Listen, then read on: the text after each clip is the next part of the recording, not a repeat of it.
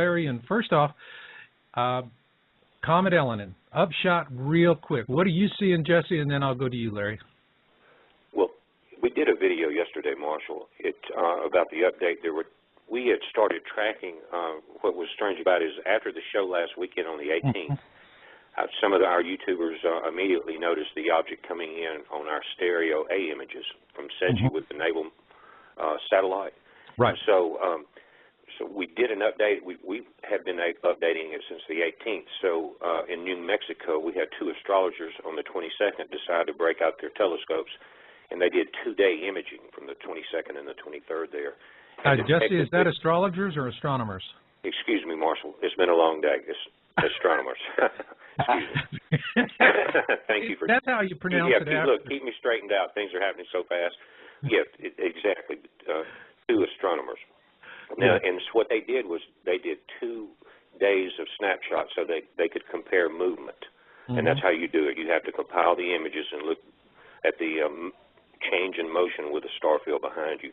And what they did was detect a gas cloud, and they put it up on Space Weather. We put a video up about it, and they showed the movement of the gas cloud. It had the blue halo in it, and it was tracking with the JPL model. And so they determined that it was the remnants of Elinin. And so, but now the object we're tracking on stereo on the A satellite actually has it's not just a gas cloud. It has a interior solid mass.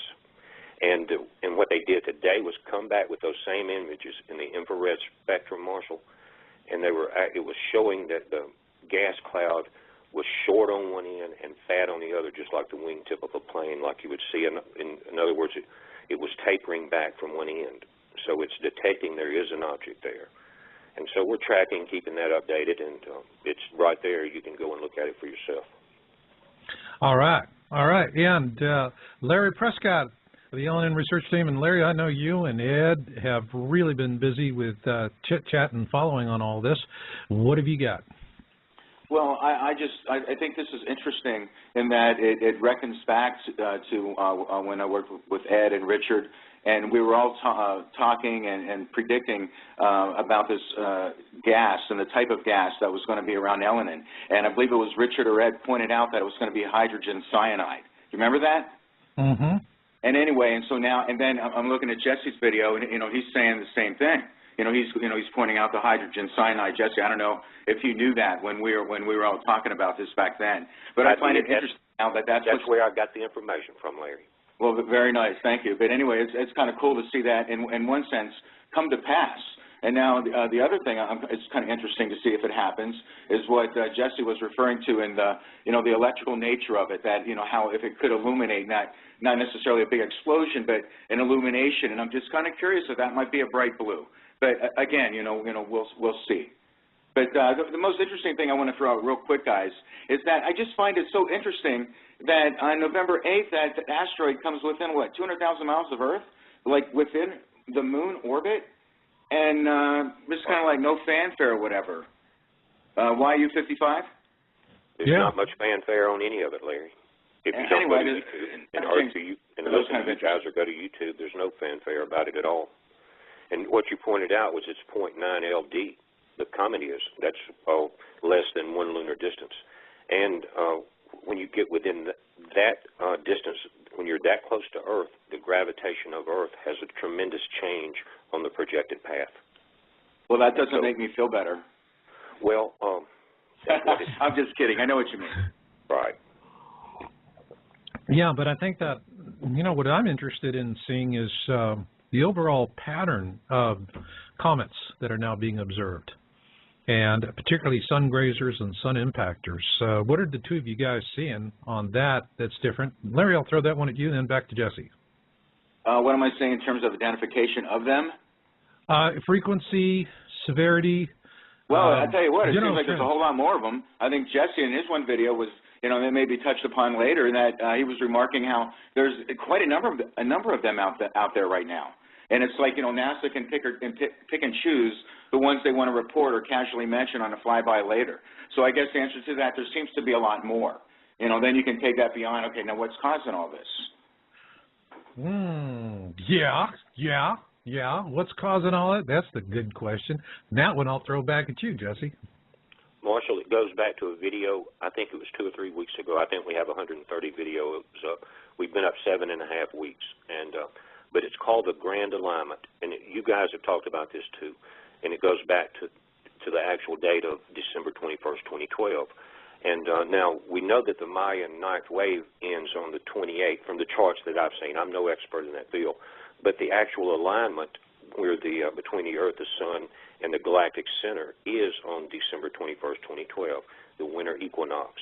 And if you study that video, you will see that we are not part of the Milky Way. We are in the Milky Way, but we are a sub-galaxy of the Sagittarian galaxy. We're colliding at an opposite angle with a wing of the Milky Way. And if you remember, the scientists took a infrared telescope with cameras with it was a real high, like 20 millimeters or something, and they mapped all the stars in the Milky Way trail and in our area in the infrared spectrum. Then they put the data together and made maps. I put their map on the video called the Grand Alignment, and it's like two saw blades coming into each other at different angles. When you see the video and those images, I don't see how we're even here now.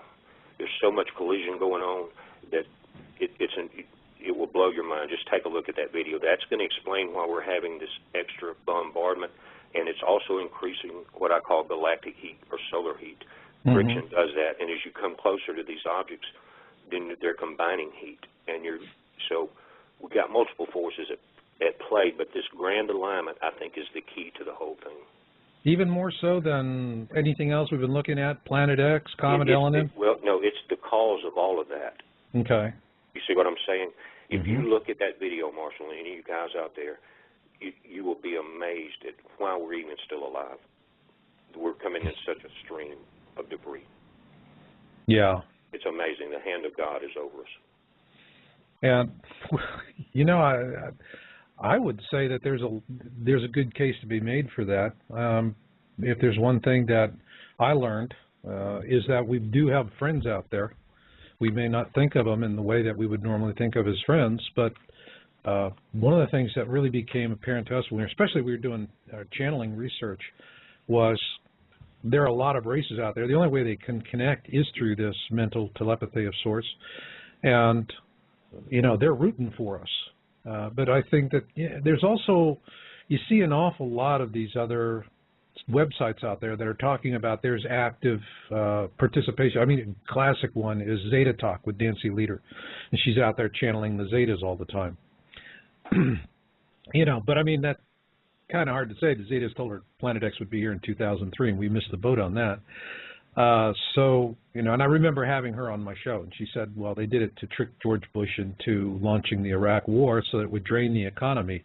And you know, the funny thing is when she said that, I mean, it was maybe back in 2004, 2005, and I remember when she said that, I was going, boy, that's a real stretch, Nancy. That's a real stretch. I'm thinking that. But, you know, it kind of played out that way, fellas. What do you think? Oh, yeah. What do you think, Larry? Oh, yeah. So, what is in terms of the Comet Elinin saga, all right, I mean, I saw, Jesse, you had on your YouTube channel, you did a video on we're going to be passing through the gas tail, and you were concerned about it because, I mean, it's a deadly toxic gas, but the question I have is there enough concentration to be a genuine concern? Well, Marshall, we don't know that. We don't know it. We just got that information a day and a half ago. I mean, they confirmed it, and so all we can do is speculate. Now, in the beginning, what they were talking about was with the blue glow as Elinin was incoming. That they can determine by the color the type of gas. And if you read back on blue and on the cyanide, that's what that comes from.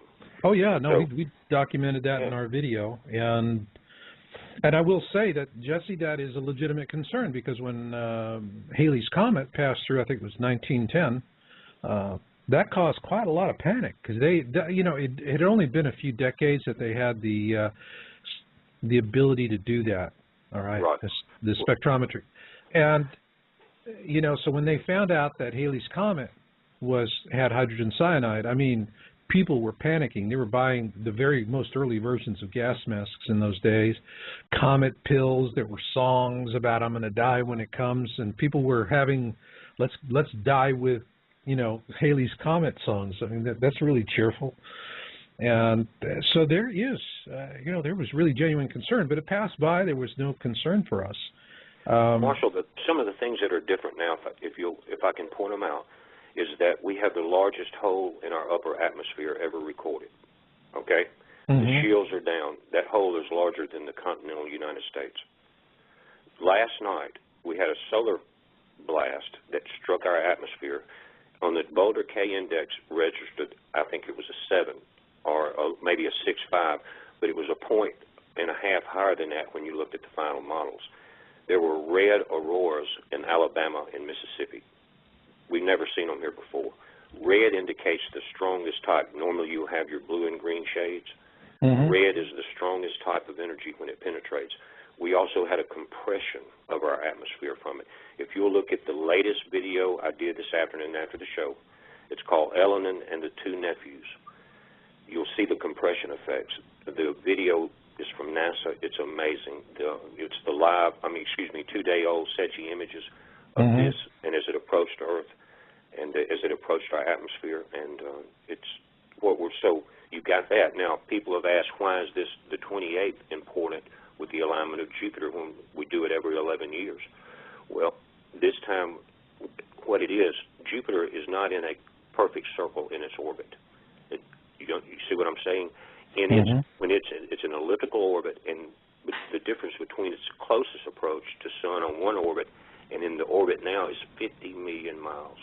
Okay? We won't be this close to Jupiter again until 2022. So you've got your solar flares, our shields are down, we've got the magnetic pull of Jupiter dealing with.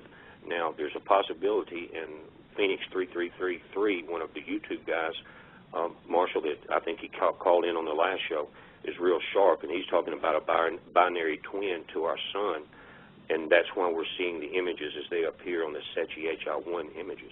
If you look at the reverse gray ones and the tail that's on this thing that's not visible, it makes a lot of sense to me, but our shields are down. It's our closest approach to Jupiter. We're in a solar maximum. That's why it's all different. So that is, all right. You know, well, I have a question for you. Yeah. So, Jesse, do you see that as having a connection to the Mount Etna eruptions, the Turkey earthquakes? I mean, you know, for the longest time there was all this speculation that Elinin or something near it. I mean, is it a type of geomagnetic effect or something that something external though that is manifesting in what's going on the Earth? It's a combination of things, Larry, and none of them are good. You've got, we're in our solar maximum, our shields are down. Now, you've got to understand the way the Earth heats up. When we receive energy from the Sun, we receive it as high frequency. The waves are real short and real powerful. If you look at them on a sine wave, like on an oscilloscope, they can penetrate the upper atmosphere. The Earth and the surface of the Earth, the oceans, they absorb this, and as it's released slowly in a low frequency or slow wave pattern.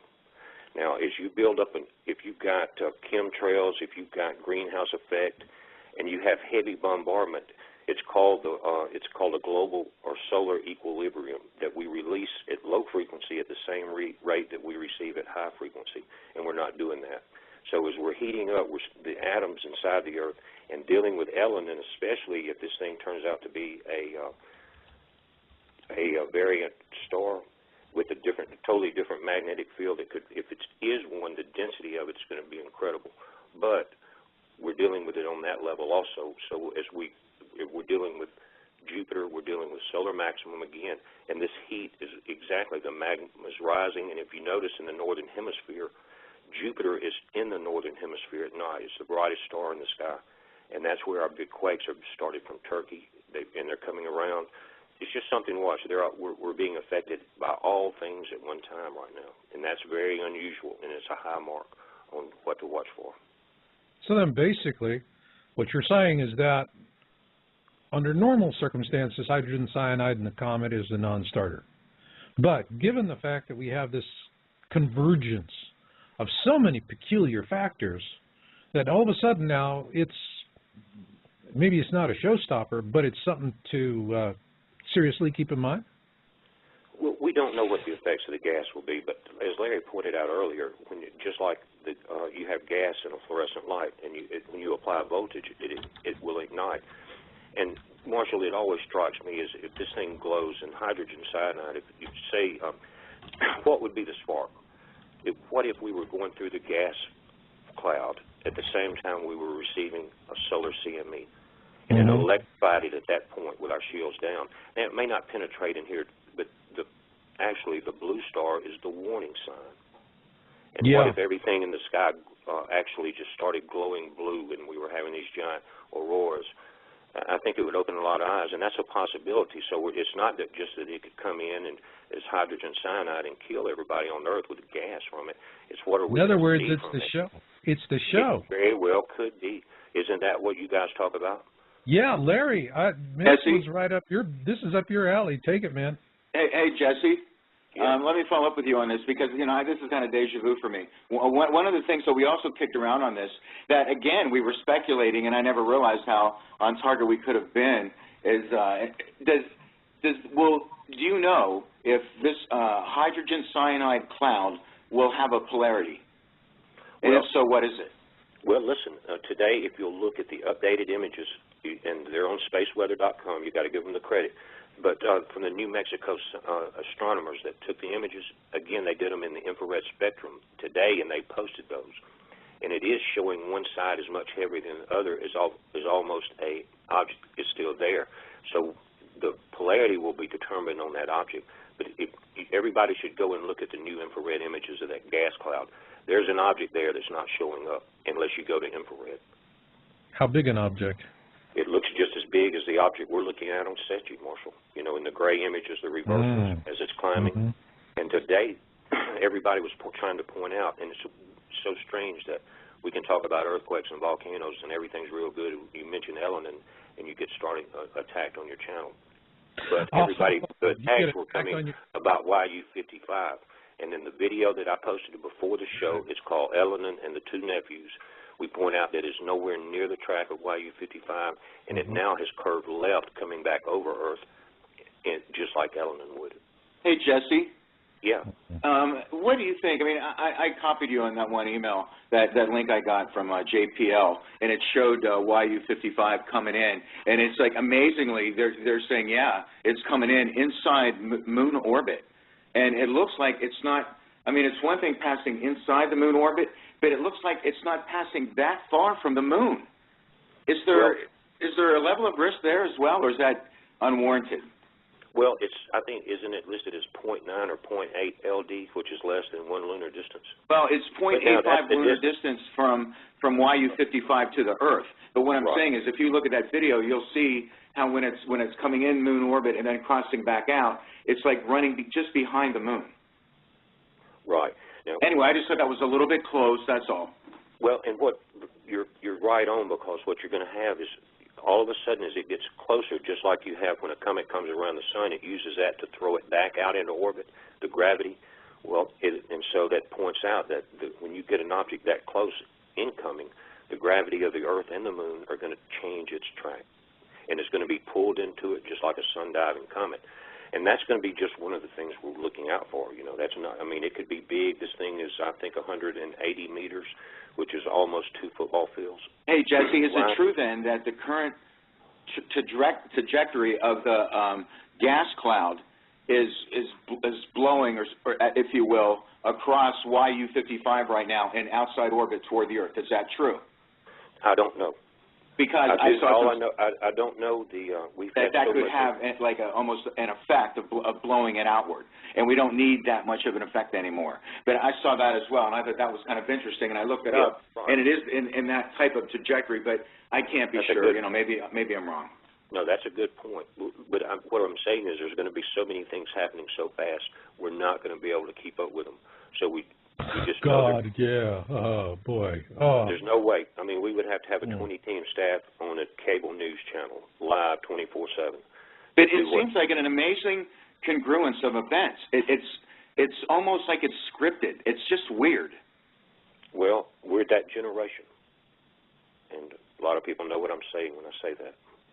We're the last generation. Hoorah. So, you know, what can you say? That's what the Bible says.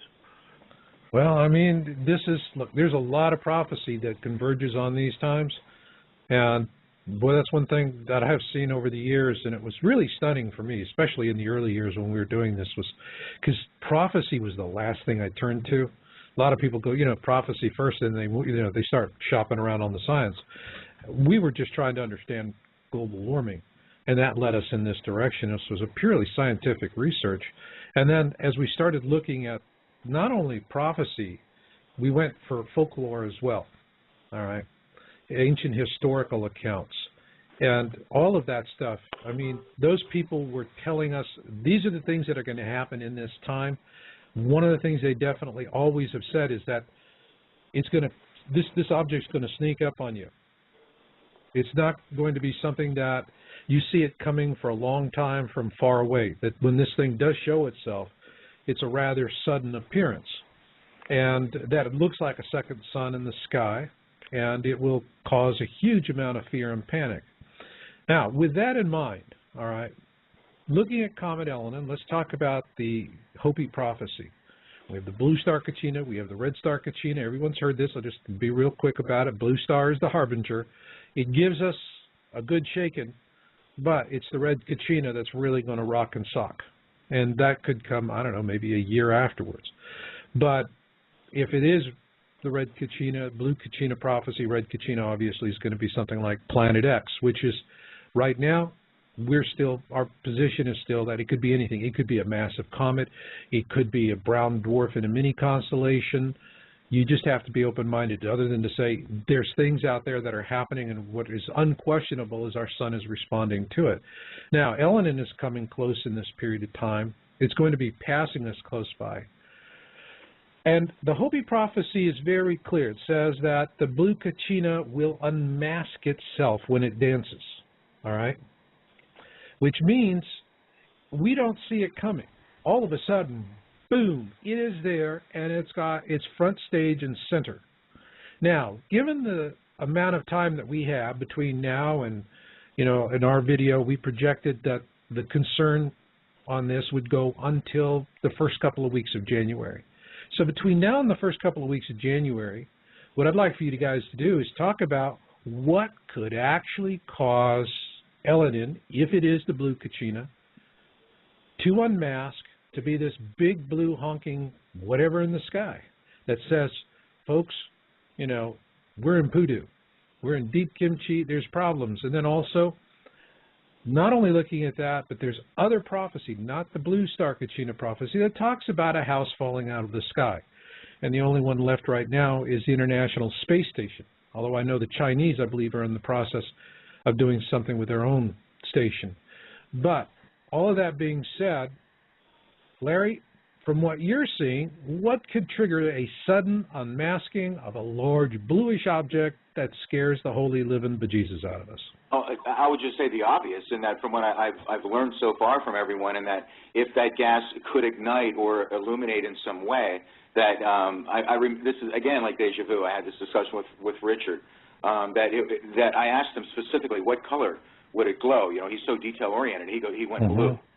And I thought, oh, wow, that's kind of interesting. So, again, that could be, huge in how that would appear in the sky, considering how close it would all be.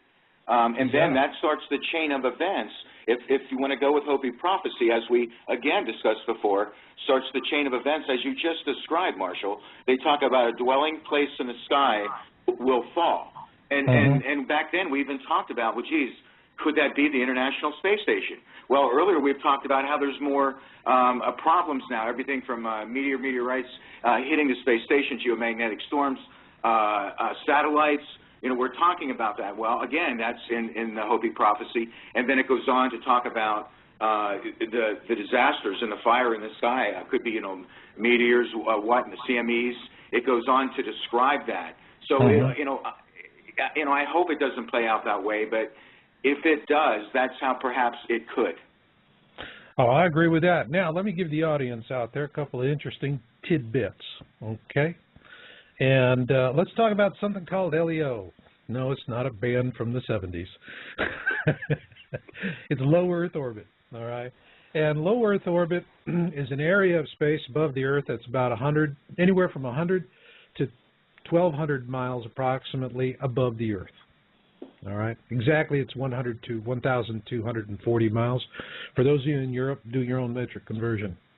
Now, when we're talking about the International Space Station, it orbits, depending on where it is in its orbit, anywhere from between 173 to 286 miles above the Earth. So what you have is there's tens of millions of bits of space junk floating some 950 miles above the International Space Station. Out of that tens of millions, maybe there's 5 or 10% of that of objects that are, say about 4 inches in diameter approximately. You know, now the little ones, the itty-bitty little ones, that's sandblasting. But those guys that are 4 inches in diameter, those go right through a station or a booster or whatever. They're just going to plow through it like an old cannonball.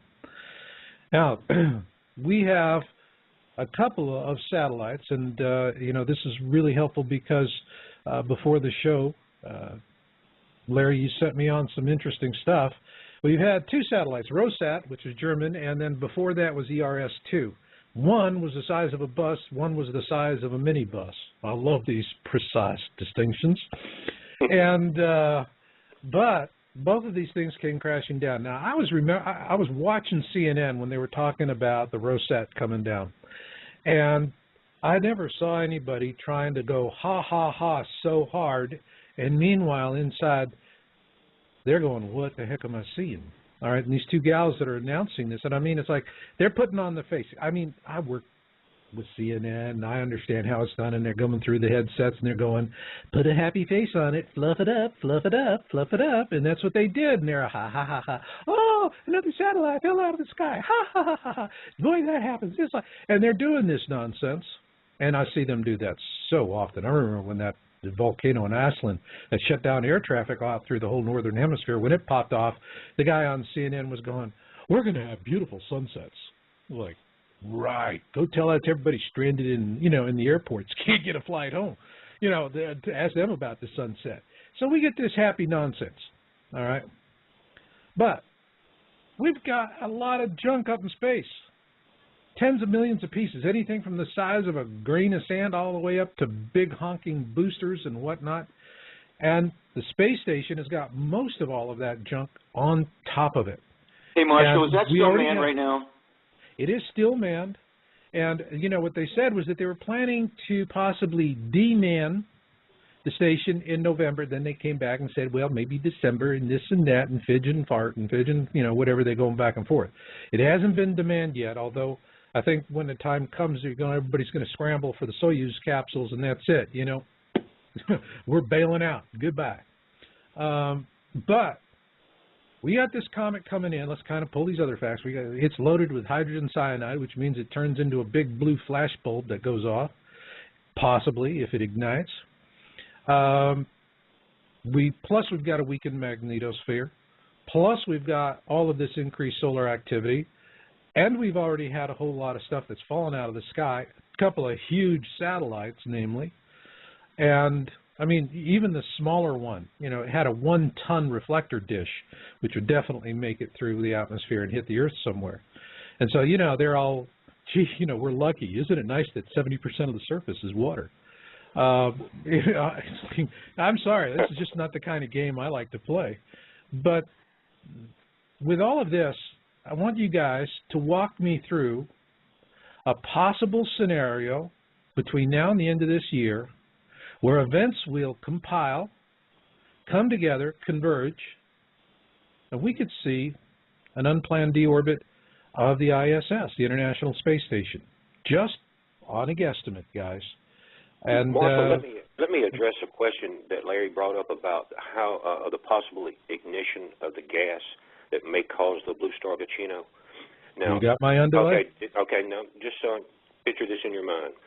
The Earth is passing through just maybe the tail end of the gas cloud, right? Just close enough for ignition point.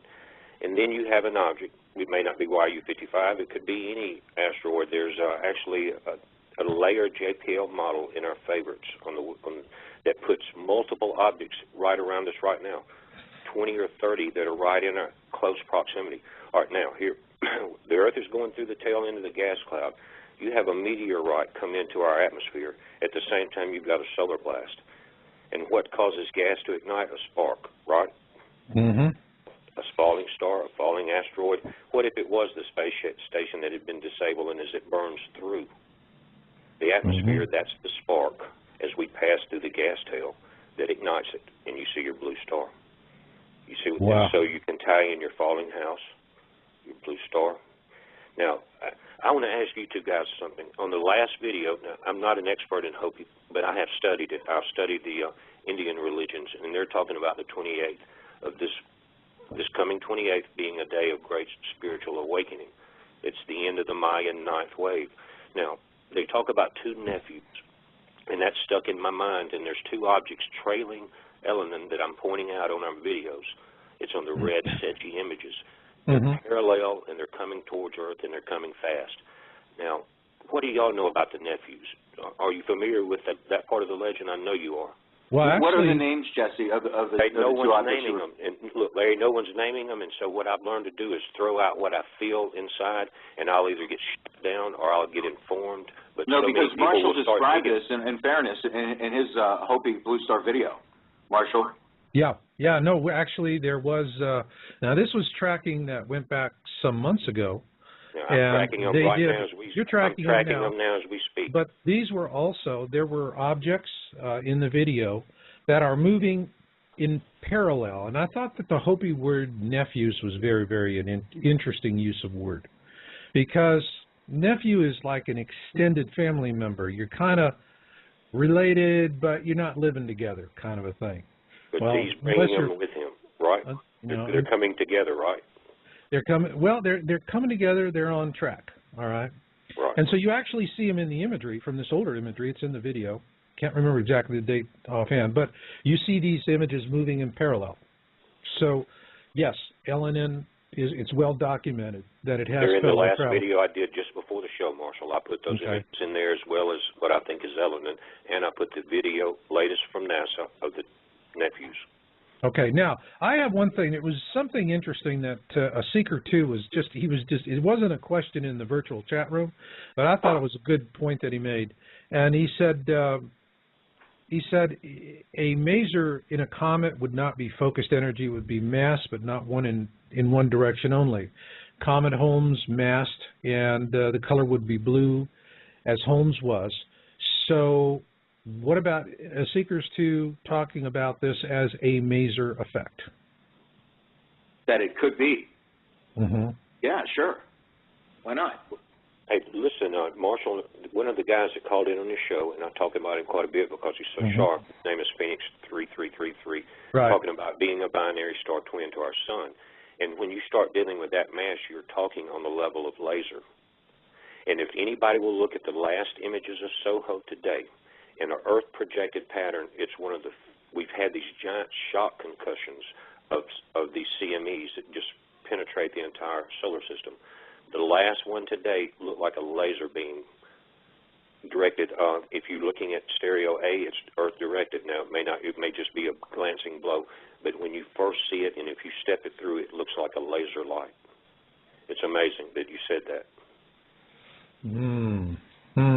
So Seeker 2 really hit something on the nail there. Well, it appears that this object that we're tracking has an unusual effect on the sun as an energy directing. In other words, they have something more than just a planet and the sun would have as far as your electromagnetic gravitational pull. When you go to the frequent highest level of light into your laser spectrum, then you're talking about immense power. And when we're going through an outer alignment, I think around, November 22nd, 23rd, I'll have to look on the models if they're correct, then the Earth would be directly in that beam, just as it was on March 15th when we had the Tokyo quake. Okay. Excuse me, the Japan quake. Right. Well then, all right, then we have two threat scenarios here. One is we have dust tail, and the other is gas tail. And I'll say, in the video, I remember, when we were chatting about it, and Ed and I just didn't see it as a concern. However, you just now raised some excellent points. I mean, there's a lot of different things that are happening. That it's what if you have a bullet and you have a cartridge case, but you don't have a primer, you don't have something that works. Put a primer on it, and now you got a deadly bullet. And so primers going around right now. Plenty of stuff that could prime it, fire it off. So, are you saying then that this period of time we're passing through the gas tail is we could see a celestial event in terms of we could see something lighting up and maybe the International Space Station getting clipped pretty bad? Well, what we're doing, we're having to speculate, Marshall, because of course, the tools that our taxes are paying for, we're not given privy to. So we have to speculate. But when you put as many minds as we've got working on this now, everybody's not going to be wrong. And what happens is Jesse, Marshall, if I could add, I mean, we're talking about a celestial aspect right now. While we sit on a rock hurtling through space that is having tremendous earthquakes, volcanic activity that could spawn one of the biggest tsunamis in history from La Palma in the Canary Islands. I mean, we have all these other things going on. Like, even if we didn't have all these other celestial concerns, it's like, okay, we got enough cooking. It's kind of almost like, pick your poison, which iron in the fire. It's amazing, as Jesse put it earlier, that we're still here. I keep thinking of that, Jesse. But you know what amazes me, guys, is how many people still say, well, I don't see what you're talking about. I mean, it's like, do you pick up a paper? Do you read? But then on the other hand, I understand, because the coverage of this stuff in the corporate media is it's a very weak dribble at most, and when they do it, they tend to be very dismissive, and they poo-poo it. And I agree with you, Jesse. I mean, it's just really frustrating that we get stuck with the check, but we don't get the steak. Well, Marshall, you know what the irony in the humor in the situation is?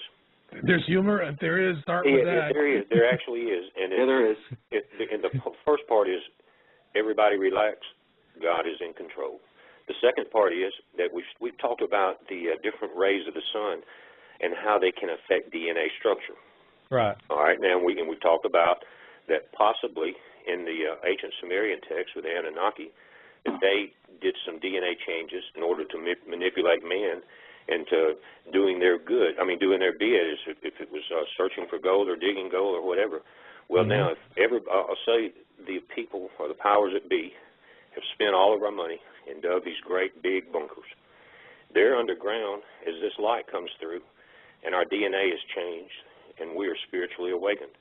All right, the funny part is, we talked about it on the channel today, is they could come out of the hole if they're not trapped by earthquakes in their own doom and not be enlightened, and we'd have to open up one of the FEMA camps for the slope class because they would not be where we were at. It would have backfired. That's just a thought. No, I think it's a good thought. I saw it. I mean, it's in my book, Crossing the Cusp, I talk about this. I think the only way the elites can survive it is during the worst of it, they're going to have to be under heavy sedation.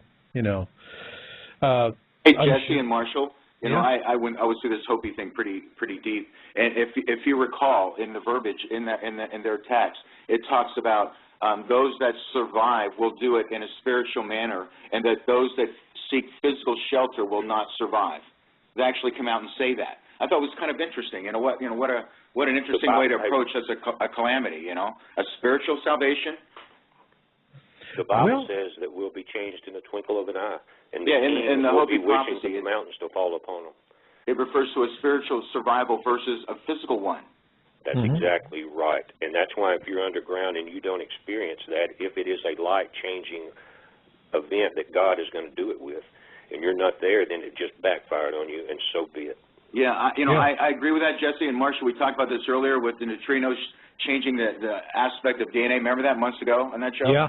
Yeah, well, I mean, this could do what Jesse says, but Jesse, I think you're bordering into the realm of religious, and excuse me if I can be blunt, some degree of religious dogma is saying that those underground would not be enlightened because of lack of the bombardment. I can see how that physically might be true, but I think that is kind of like severe speculation.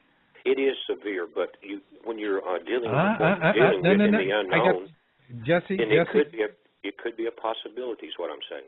Yeah, it is speculation. Guys, let me jump in here. Let me jump in. Okay. All right. I don't think it's speculation, Jesse. It's history. Let me explain to you.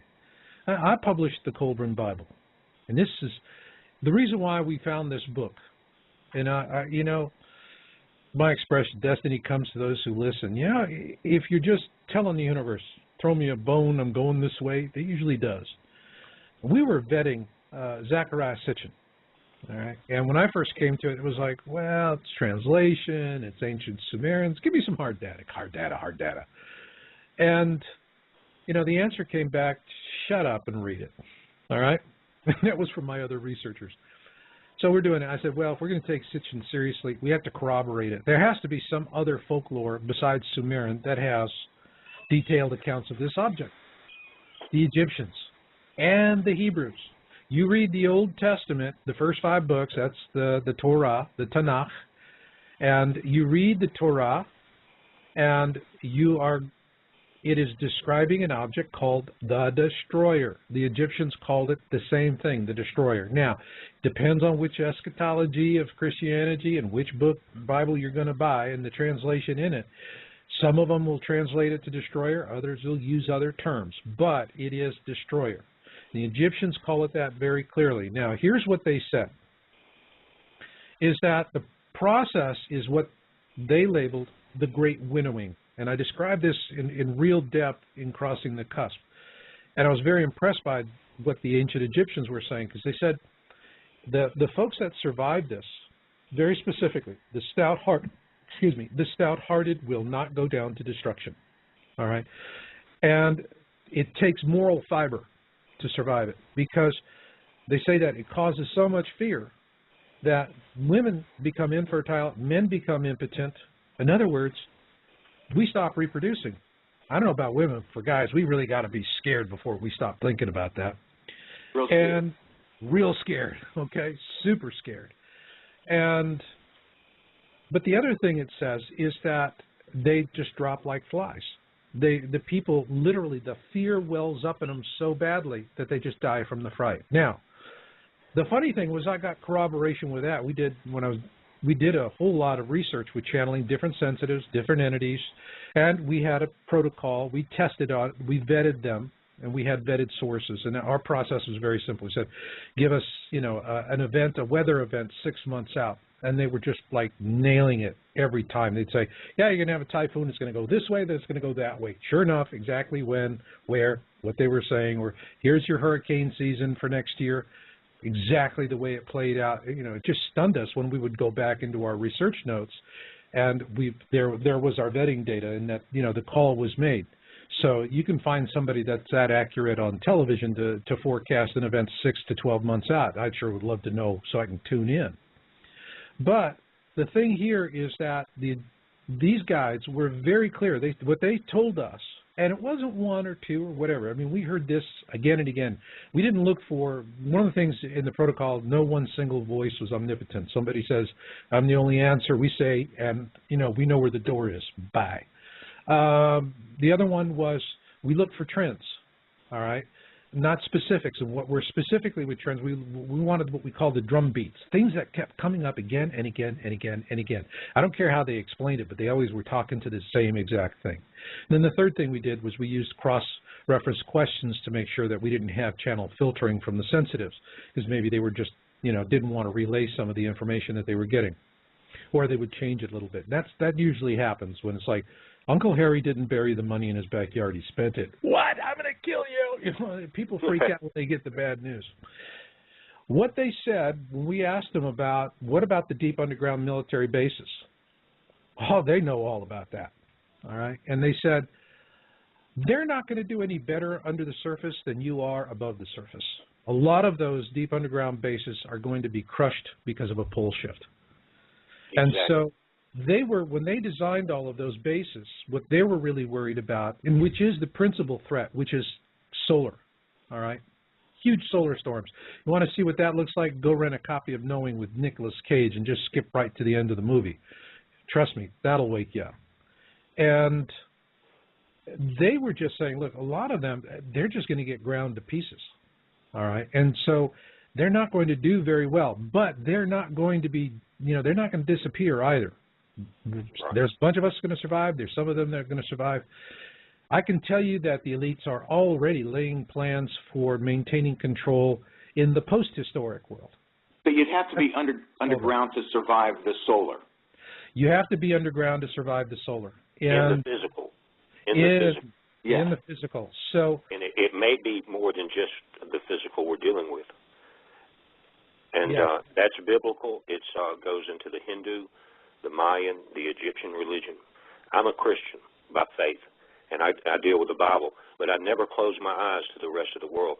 I collect data, and if you use the knowledge that God gives you, you can discern when someone's giving you, when they're trying to shoot it to you. You can tell. God gives you a discernment that will allow you to filter. But there's things in every religion in this world that you need to know, and when you put them all together, you come up with a plus sum.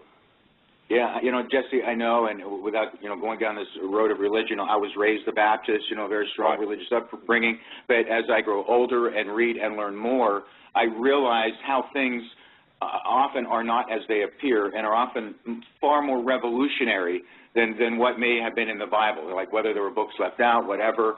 But, I mean, this universe is truly remarkable, way beyond, my imagination or what I was taught growing up and, in religion. So sometimes when certain things are dictated to happen or around something else, I don't want to say I don't believe it, but I'm just saying, yes, I heard it, and I like to stick more to a science aspect of it. Well, I always go to science first, and not first, but I always go to science because it makes it easier for me to explain to other people what's going on. But I go to God first because He's never been wrong, Larry. And but anyway, that's why you have the credibility you do online. Well, I'm just saying that, I would never, I've been wrong, but I would never intentionally mislead anybody. Oh, but I know. I do go to God first. But when I was in college, I studied world religion. I read the Bhagavad Gita, the Hindu Bible, and different religions from around the world, and I gained a great amount of knowledge from all of them. Okay, Jesse, then let me ask. God created the universe that we're studying, Larry. And but do you believe that aliens created us? Yeah, but God says in the Bible, it is an honor for man to study my mysteries.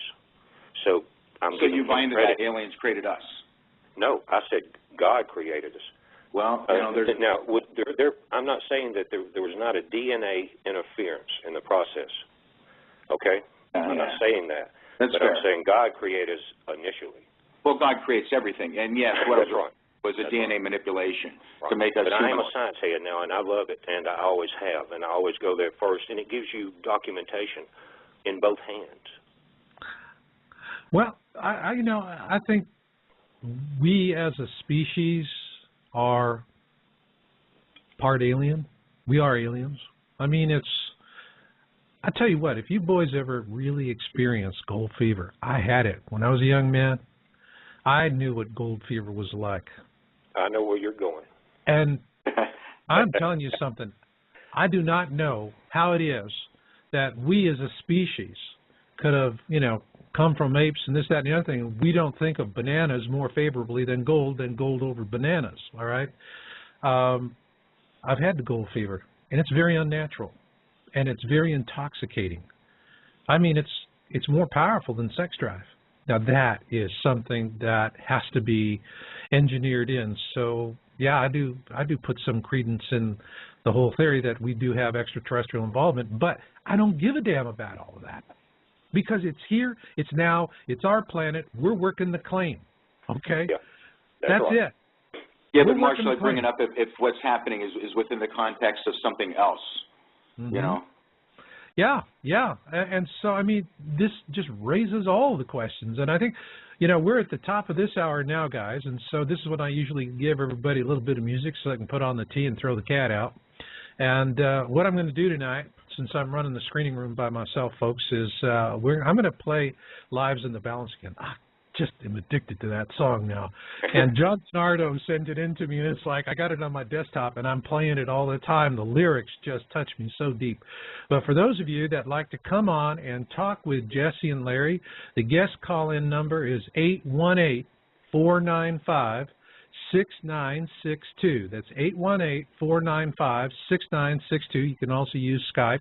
And come on in. I'll bring you into the screening room, and just give me your name, or where you're from, excuse me, I don't need the number, and I'll get you on in the second half. We'll start out with a few calls if we get anybody that's coming in, and if not, man, we got so much to go on to. So with that, I'm going to start Lives in the Balance, so guys, hit them speed tiles. Ladies, welcome to the show.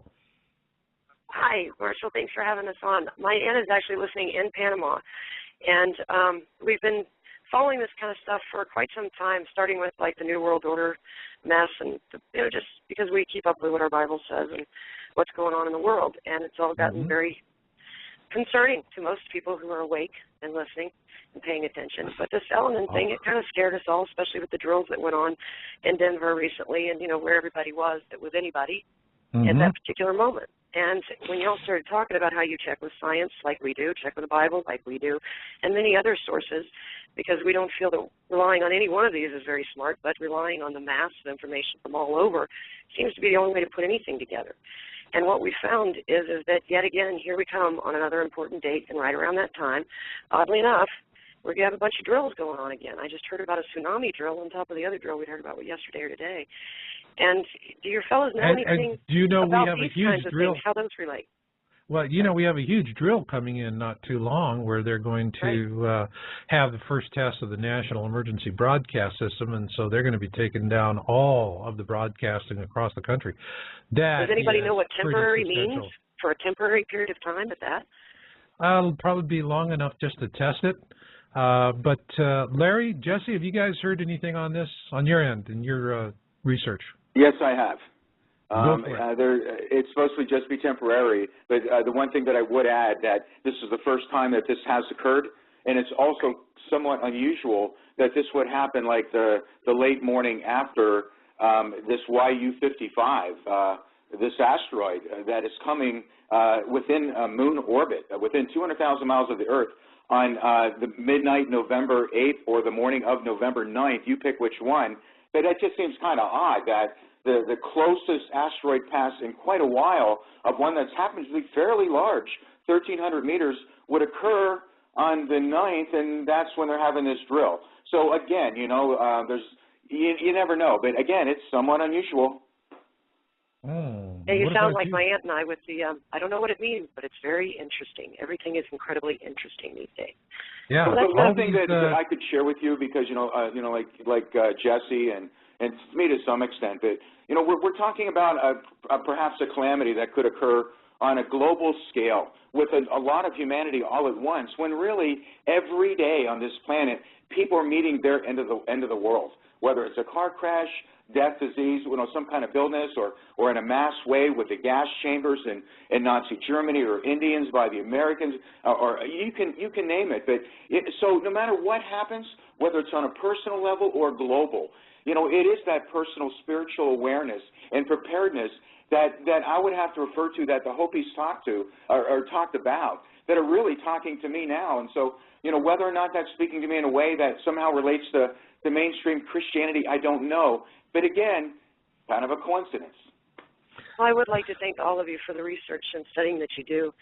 It sounds like y'all mirror the same kind of attitude that we have about it, is start with what history shows us, because otherwise we're doomed to repeat it, and then pay attention to what's going on around you and keep that in a solid foundation of your faith. And generally, when we hear people like y'all on the radio saying, just the scare alone will have many drop like flies, I understand, because that's what we go through when we're hearing about it. You almost want to push it away and say, no, I don't want to think about this. But you know that you have to be diligent and watch, or you have no chance.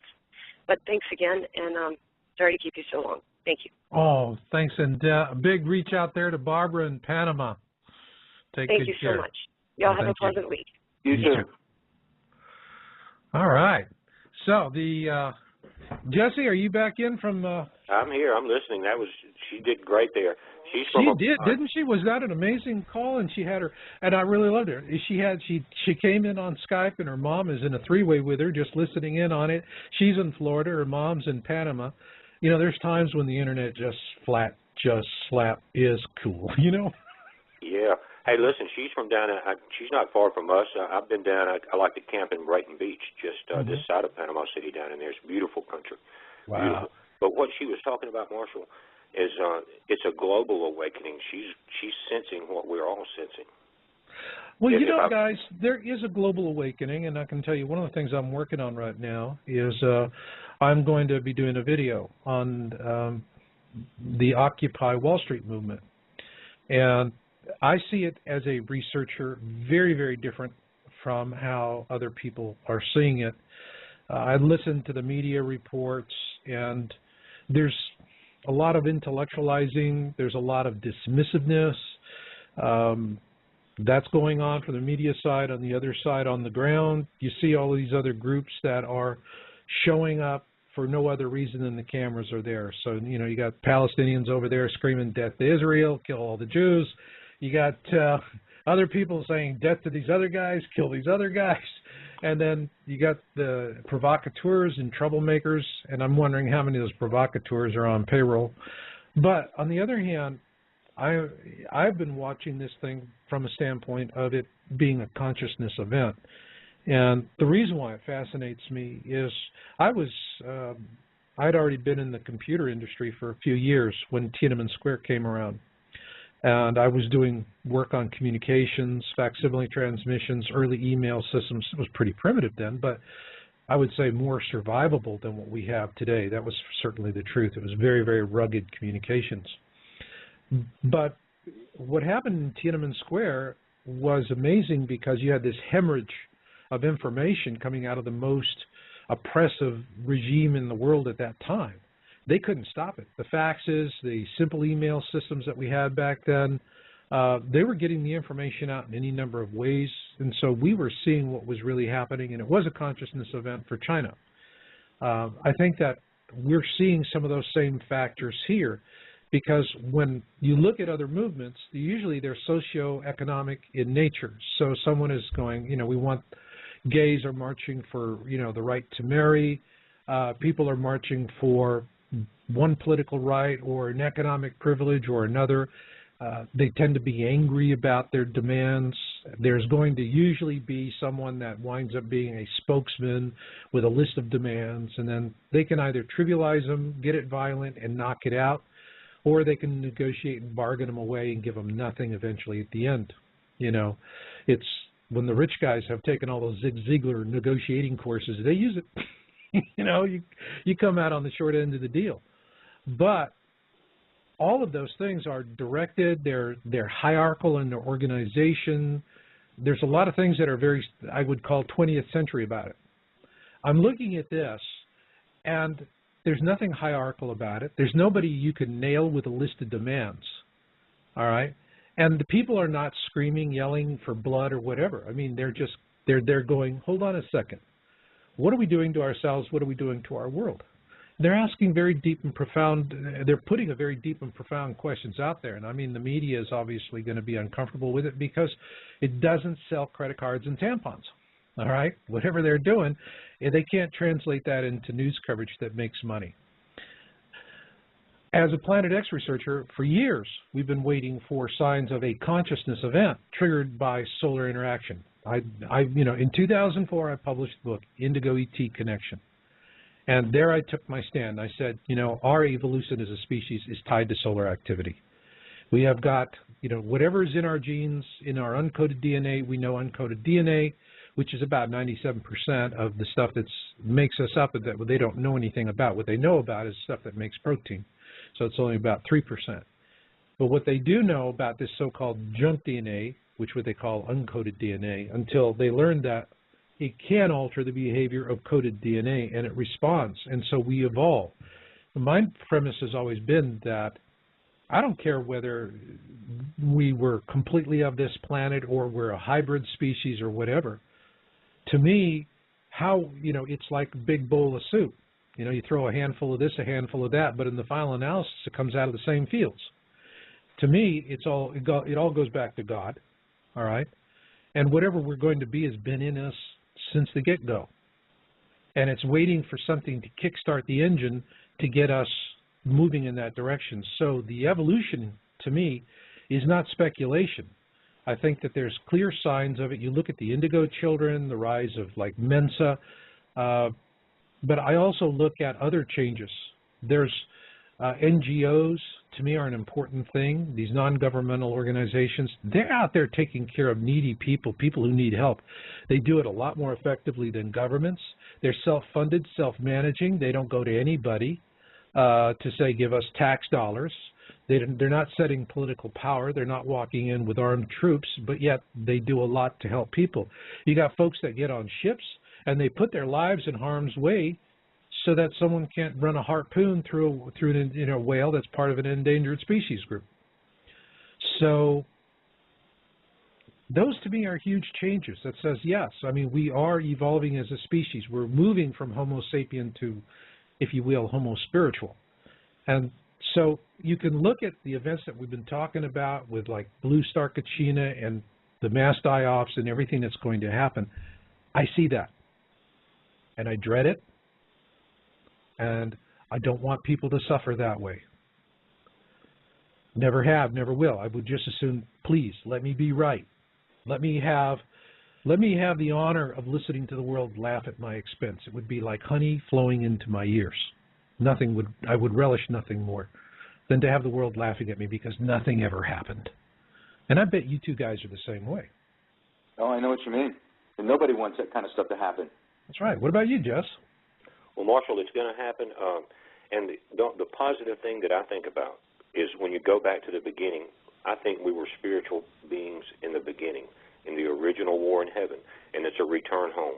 And so there's nothing we can do about it, and I think that all the volcanoes, the earthquakes, the solar flares, the comets are only God's way of getting our attention. And through the use of if we're talking about solar flares and the energy from the sun and the DNA change, he's using it in that way too. But it's simply to get us to look up instead of around us all the time and being bogged down in what we're doing. There's a higher calling, and we're being focused at that point. That's what I think. Hey, Jesse and Marshall, let me throw this out. I have to do this, a shout-out. Somebody gave me a book to read called Frequency by a lady named Penny Pierce. I don't know if you ever read that or not, but it has nothing to do with the movie called Frequency, but she writes it from an intuitive healer kind of perspective. But do you guys know, is it true that the Earth in its solar system is passing and approaching an area of space right now that is exceptionally high in a type of energy, I forget the name of it, that's emitted from the center of the Milky Way, which is a black hole? Do you know if that's true? Well, Larry, it matches our video called the Galactic Alignment, the Grand Alignment perfectly. You have to go into detail on the video. It would take an hour. But well, what no, happens, that's okay. I'll just kind of curious about that. It matches it exactly. On December 21st, 2012, the sun's in an alignment. The Earth, you have the Earth in between the Earth in the center of the galaxy, the center of the Milky Way, which is composed of millions of stars, not one star like our sun with its gravitation and its light force. There's millions of stars in a focal point. And on that day, on the winter solstice, the sun is going to come between the Earth and that center point of the galaxy, focusing a beam. And that goes all the way through your Maya and everything. But if you now, the astronomers are admitting that. And it is in our video called the Grand Alignment. I'm not trying to push the video, but there's a lot of knowledge there. Jesse, what you're saying is you're describing the disastrous event of the end times, right? When you have that shot. It may not. It's not the end times because, Larry, it's the change. Then we have if you go. Anyway, Jesse, before you go down the rabbit hole, what I was speaking was more in general. The way Penny Pierce refers to in her book, it's kind of, I'm not quite, I'd have to go back to the book, but it's an energy level or a consciousness type of raising energy level that is coming out, and it's hitting everyone, enlightened and unenlightened people as well. And That's right. It's having the effect on Earth, and it's having the effect on humans and the entire joint consciousness of the planet, and they're saying that people have no choice but then to think about this as well as have activities in their lives accelerate. That's exactly what's happening, Larry. The difference is, are you prepared for it and are in the position to take advantage of it? Are you going to be surprised by it? So if you know what you're saying is going to happen, and it is going to happen, be prepared for it. And faith sorts out the rest.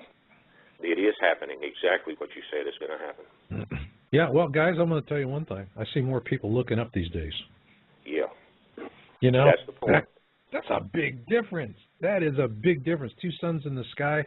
These people are reporting this stuff, and I just did for Watchers 3, and this was Pinlight in Hollywood, and actually they're going great guns, and Warner Brothers is going to probably syndicate them. And they were asking me about two suns, and because they're getting the images that are coming in from China and other places, and they've had experts, and we've done analysis, and but a lot of times people are seeing something and they're, it's an optics issue, or the interesting thing is like they'll shoot through a window. And what folks don't understand is most of us now have double or triple pane windows, and they're going to have, some gas that's in there, insulating gas. This stuff can create a second image on the sun. And if the glass itself, the window pane, is creating that image, you're going to see it, and it's going to look real to you, and it's going to look real to your camera, because it is real, because you are actually witnessing something that's in front of you, not something that's interfering in the optics of the camera. But I think what really gets me was I've been watching these two suns in the sky videos for many years. Now we started getting a few dribbles, in 2007, and then into 2008, and these we ran them down. We ran articles on Yowza, YOWUSA.com about it, and the cell phone sundog photos. And we knew it was disinformation operatives, and they were just pumping this stuff into the internet on a real steady basis. And what they really did was that they desensitized the public to this kind of image reporting, so that when somebody does put up a two suns photo, they immediately will say, cell phone sundog, cell phone sundog, sundog, sundog, sundog. And it's kind of like a mantra. So there's a lot of dismissiveness that was programmed into it. But what I'm seeing is genuine reports. People are looking up. They are taking notice, all right? They're just not, where's the next bus going to be, or, I got to catch my train or whatever. They're looking up more often. And they see this, or they see what they think is two suns, and they're emotionally impacted by it, very much like what MUFON researchers find when, someone says, I saw a UFO, and then they're trying to validate the whole thing and finding that it's really thin on the data. But on the other hand, they're looking at somebody that's profoundly affected by the experience. And so, as a researcher, it puts you into, why is this person so profoundly and genuinely affected by this? That is what I'm seeing. And so, and I think as we move forward, it's hard for these people who are seeing this stuff because they really don't understand the technical specifics, and they're running a gauntlet of pre-programmed propaganda, disinformation to desensitize the public on this. And I'm seeing that the disinfos have stopped doing the feeds like that. What they've done is they've gone to the second stage of their campaign, which now they've gone from being the planters of disinformation to the debunkers of disinformation. And so they're posting videos and debunking it with these, and you can generally tell their tactics, because whatever they do, there's a lot of movement. That's the first thing. I look at a video of Two Suns video, and I see all kinds of movement jerking around all over. 9 times out of 10, dollars to donuts, that's a disinfo puke. Because by doing that, it makes it really difficult for somebody to go in and take a hard look at what you're actually reporting. So, to me, that is, we're going to see more of these reports, and these people are going to have a harder time getting it out. But at some point, we'll all be looking up at the sky, and we're going to know. And then all of this is over. But I have a question here for a Seeker 2. This is to Jessie. Seeker 2 says, Jessie, is there an update on the Secchi images showing the comet-like object with the tail turning to the left? I launched it just before the show, which would be your time 7 Pacific time, Marshall. It probably went up 6:30 Pacific time on the very subject. It has not only the image turning left, it also has the 2 nephews. It's called Elinin and the 2 nephews. Okay. It has all 3 objects. So there you go, a secret too. Make sure you get onto Jesse's channel. It's Mr. Comet Watch on YouTube, and definitely do this. And by the way, I just saw on the board just rolling up from Milton Tours. He says, Dutch sense is not the same since he has been shut down. He lost my interest. Milton, I am with you, Bubba. Absolutely. Dutch. We had Dutch on the show. He was supposed to come on a second time, stood us up, and didn't even tell us he was going to stand us up. And because I had been writing him and just said, Dutch, you're going to lose your channel. You're going to lose your channel. And he was doing this appeasement nonsense where he was sucking up to him. And, oh, God, it's like chumming the water while you're in it. You know, it's like, hello, here I am. I'm behind the boat in the water. Throw the fish heads, you know. And that's what Dutch is doing. It was really stupid. And he's right, you know. He just, once he did that, once he went to appeasement, he lost it for me. With that, I want to ask a question here, Jesse. What kind of nonsense are the disinfo pukes giving you? Marshall, as long as we talk about volcanoes and earthquakes, we're fine. If we mention the word Elinin, it's like the automatic fill-in on Google. If you say ELE, you don't even have to put NIN on the end of it. We're getting attacked. But look, you said something. How do you get attacked? Tell us about that, because I mean, this is something people need to understand what's happening to us. On the first level, you start getting attacked in your comment section. Now, but we have we've been on October 31st. We'll have been up 8 weeks, Marshall. We're approaching 1 million listeners. Before I can reply to that type of stuff, there's 10 of the guys that work with me and look at this channel and send. They'll attack them. I don't even have to anymore. They shut it down. But you said a key thing a while ago, and you said desensitize. All right, now we're trying to redo the JPL model with a current tracking of Elinin, right? We're having to do that on our own. Well, now on the desensitizing part, what if they gave us the JPL models just like we're finding now? That's a week or 2 ahead of itself, right? Everybody's going to start talking about it, and then when it doesn't happen on that date, everybody blows it off. Oh, it's all baloney, right? Now here it is, and they can't deny it anymore.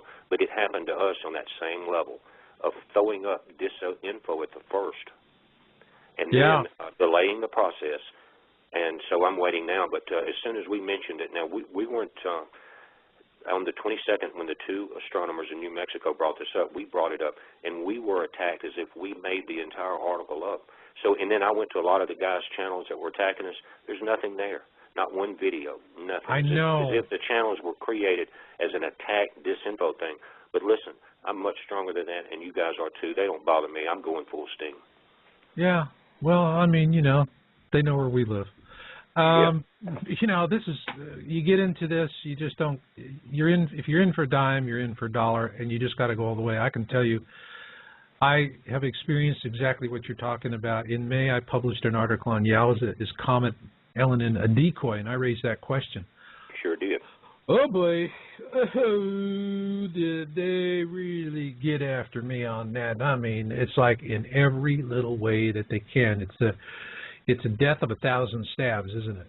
You know, I mean, they have resources that just stun you, and people really don't understand it. But I mean, this is something here that I want to talk to your folks out there that follow your channel and all of that.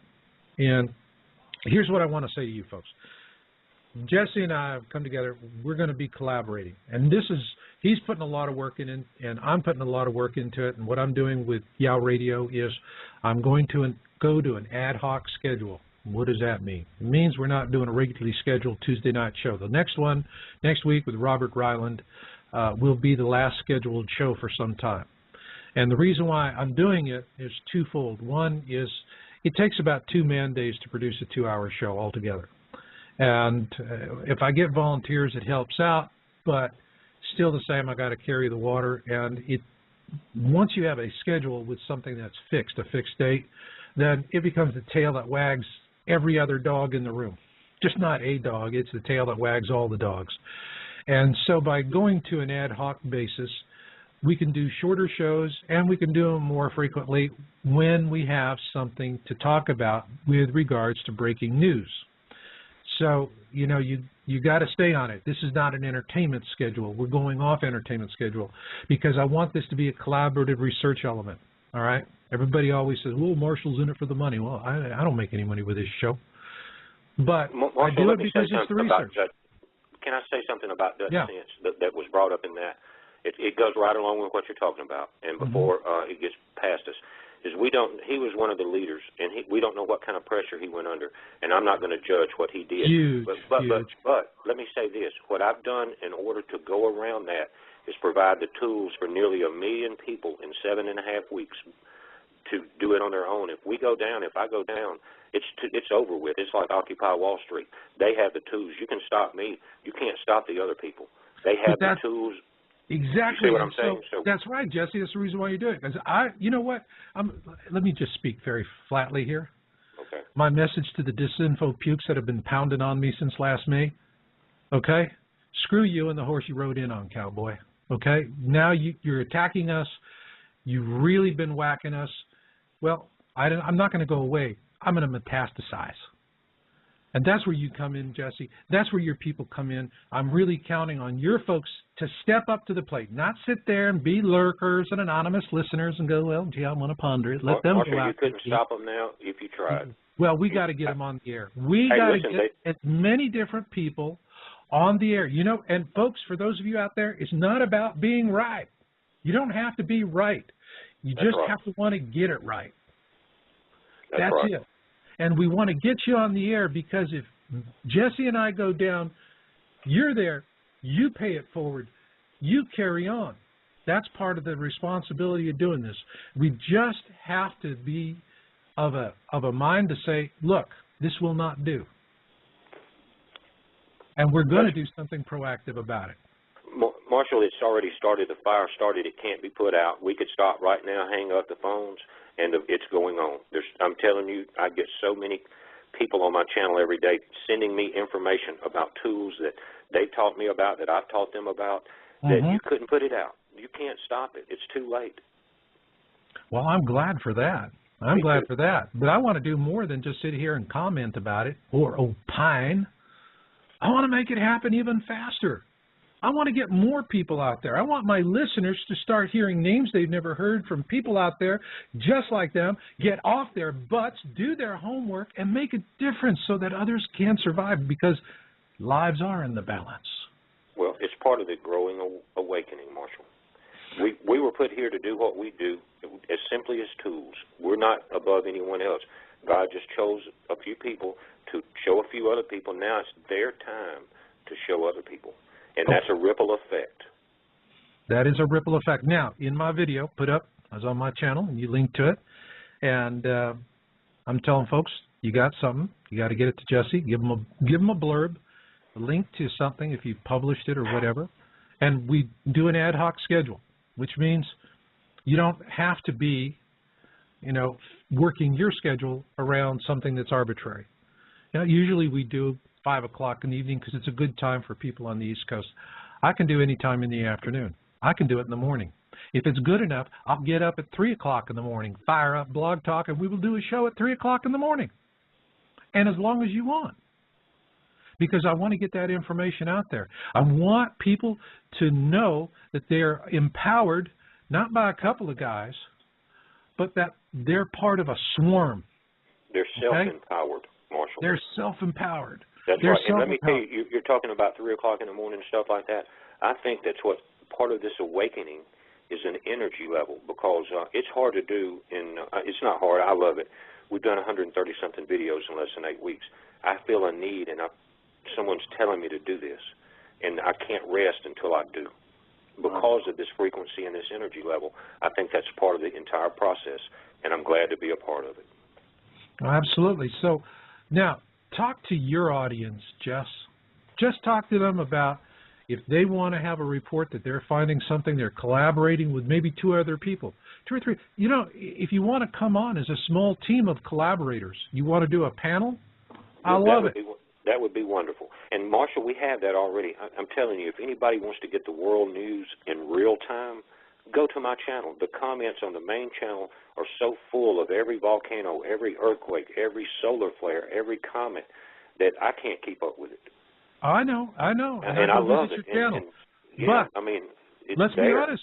You and I could disappear that fast, Jesse. Yeah, and it wouldn't matter. That's my point. I've done my job. I'm not going to stop doing my job. But if I had to stop right now, if a black helicopter came over and pulled me up, they haven't done anything. They're just going to start a bigger fire because it's going to make people more interested. Then we must have been onto something if they shut us down. But it's too late. They have the tools now. I could walk away, and it's still going to grow. The knowledge is going to grow. That's right. That's right. But what I want us to do is to provide a forum for these people so that there's a way for them to reach out. I want to help other people to be successful doing the same kind of things that we're doing. I want to help give them a chance to get started and let them build their own name, build their own brand, whatever they want to do, pull together their own research teams. But at least give them a traction point so that they can get out there and they can do this, because I am in it for the species. Exactly. I am in it for the species. And as long as I know I am keeping faith with that mission, you know, if I fall in my tracks, so be it. I fall in my tracks. But I know that when I do, it's not going to be for a lack of trying, and it won't be because I turned my back on the mission.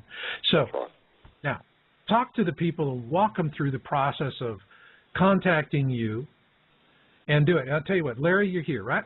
Yeah. Okay. Larry, I want you to be the guinea pig. Okay. You up to that? Sure. He says with a little bit of hesitation in his voice. No problem. Neither one of us are sure what you're getting us into here now. I know. It's kind of like a blind date with Freddy Krueger. Yeah, really. You got me worried now. Okay. But we now, might need let's get some callers in to save us, Larry, please. Somebody call in quick. I'm worried now. Hey, where's the Disinfil pukes when we need them? Yeah, really. Somebody call in and cuss me out. I'll feel better. Okay, we can arrange that. But anyway, here's what I want you to do. I mean, because while you're doing this, we've got 15 minutes left in the show. I got 3 people that I need to screen, okay? Give me about 5 minutes while I'm doing it, guys, because I'm going to jump in the screening room. I want to catch some of these calls. And while we're doing it, Larry, I want you to come up with a harebrainedest idea you could actually cook up right now. Understand? That's what you got to do. Is you got to get dangerous. Oh, that's it. There you go. Be dangerous. Okay, Larry, I'm waiting. Hit me. Okay. To come up with the most harebrained scheme I can imagine? I'm glad he asked you first. Well, it's funny he should say that, because I always thought this was kind of harebrained, and then I was just happened to be, as a hobby, I practice hypnosis, and I work a lot with like my own and other people's subconscious, and it's opened up a whole Pandora's box of information. And but one of the things, Jesse, and you're probably familiar with this too, that I kind of stumbled across was, it's like you can go into somebody's past and you can predict the future, but sometimes the future is harder to predict and it's more fuzzy and it's more changeable. The past seems to be set. Now, maybe you know where I'm headed with this, but one of my heroes in one of the books, one of my authors is Greg Braden and the Hopi people and their prayer traditions. And I got into this with Marshall on this Hopi Blue Star video. I got back into the Hopi thing, and I was like, wow, this is, it's pretty amazing, how these people were so enlightened. But anyway, when they talked about how the Hopi prayed, the Hopi didn't do a petitionary prayer the way I was taught to as a Baptist when I was growing up, where, oh God, please, help me pass this test. Oh God, please, cure my cancer. Oh God, please, take care of my son at war.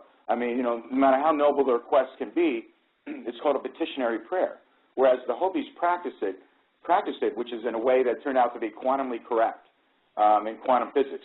They didn't pray for rain. They closed their eyes and felt as if the water was on their face, and they visualized the wetness in the fields. And Greg Braden talked about this and developed a thing called coherent emotion. And so, Jesse, what I'm proposing is a harebrained scheme. What Greg Braden said and what the Maharishi Mahesh Yogi in Iowa demonstrated with his followers when they did a group TM, that do you think, Jesse, that a lot of the dire events in the future can be averted with a focusing and a collective consciousness raising of a certain number of people on this planet? And if so, how would you do that? Well, you're talking about, I guess, what I would call visual realization, where you almost project your thought into, and so that it becomes, you're so strongly projected that it becomes that. Yes. But here's our, I can't help go back to this. It's going to happen the way it's going to happen. No matter what we think, there's a plan higher than our knowledge. Now, as we become awakened, Larry, we will become aware of that plan. But no matter what, we can improve ourselves, and we can improve the way that we treat other people and improve the world around us that way and care about other people. But as far as the events unfolding in our universe and what's going to happen, there's not a damn thing we can do about it except be prepared mentally, physically, and spiritually. And so I understand what you're saying, and I have seen it happen in the past when people did exactly what you're talking about, and it came true in their life. They were projecting a better future or a better path, and it happened. But as far as the events that are coming down in our universe, they're coming. Okay. Jesse? Yeah. All right. Guys, if I can step in here really quick, we've got 12 minutes of airtime left, although we can go into overtime, and that'll just be for the archive downloads, and people can catch that. But we have 3 questions, 3 callers. We need to go pretty quick. One is going to be, we've had her back. Tracy's coming back, so here we are. And Tracy, real quick, your question for the fellows.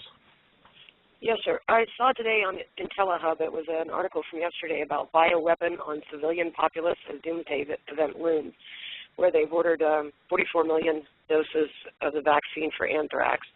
And they covered all the good stuff, you know, the FEMA drills, the underground bunkers, the inundation with movies and whatnot on the doomsday scenarios. Even Representative Brad Sherman on martial law, the FEMA warning that went out to folks.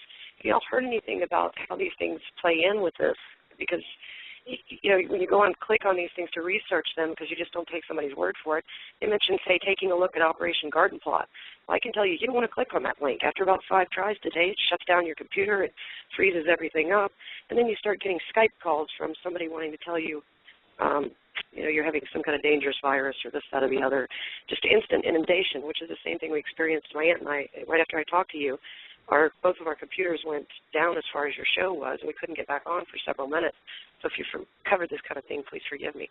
But there's another lady out there having trouble listening to your show. It seems like you're almost targeted when you want to discuss something that doesn't need to be discussed, apparently.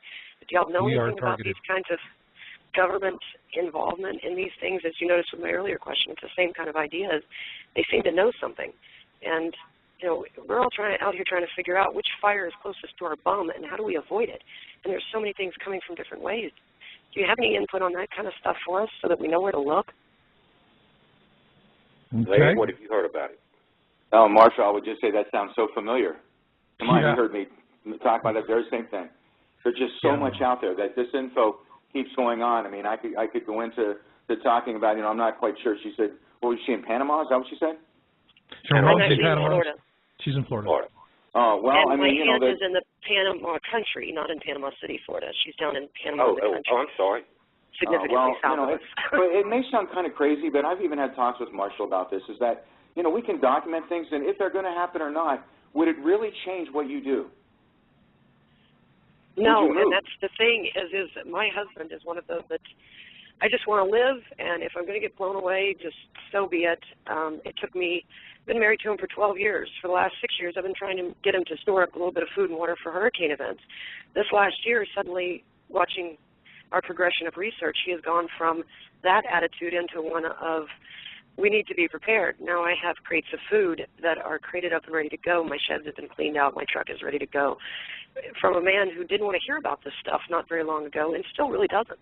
And doesn't really, you know, his constant thing is oh, when is it going to end? I'm hearing about the world ends, and then another date goes by and nothing happens. Okay, and he look didn't what's get alarmed happened. until September 29th when everybody ran for the hills, including the president, and he went, the truck was packed that night. So look what's happening. What The that means, consciousness of your husband is raising. That's exactly Right. It's the consciousness is raising. Tracy, thank you so much. I'm going to have to let you go because we've got to really get through. We've got 2 other folks that are patiently waiting in the queue. But I'm going to answer this question to you directly. NBC News said the president is in Denver tonight. No, that was back on October, or no.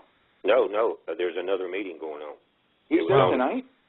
Tonight. It was on the NBC News here I didn't know At 6 o'clock, yeah. Some type of meeting going on in Denver.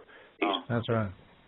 Sure is. Well, I'm going to say, all right, Tracy, everybody, go, if you haven't seen the movie 2012, you go see it. The first time you watch it, forget the brain candy about the world blowing up and all that, because that's nonsense. Well, that's Hollywood science.